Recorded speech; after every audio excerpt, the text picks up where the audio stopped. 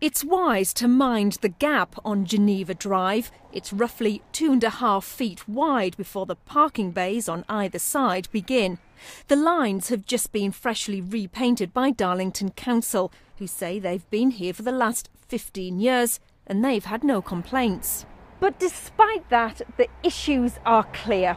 If two cars were to park in these bays opposite each other at the same time, then the gap they'd leave in the centre of the road is so narrow, even a bicycle would struggle to fit through.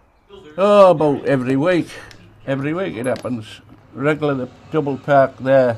82-year-old Dick Ashton has lived here for 7 years.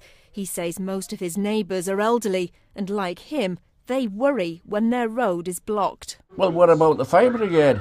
What if one of these bungalows get on fire and say somebody phones the ambulance up? The ambulance won't be able to get in, will it? It worries everybody. Anybody can park here any time, apart from on match days when the road becomes residents only.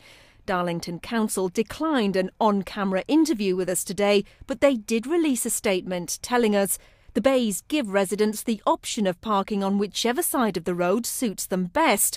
However, we also rely on residents to follow the general rules of the road so that vehicles are not parked on both sides at the same time or in such a way as to block access. But neighbours here say that puts far too much faith in drivers' common sense.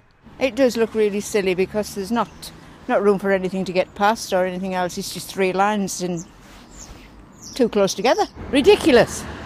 So even though the council say that they rely on residents not to double park, people still do? Of course they do, and then you can't get turned in your drives.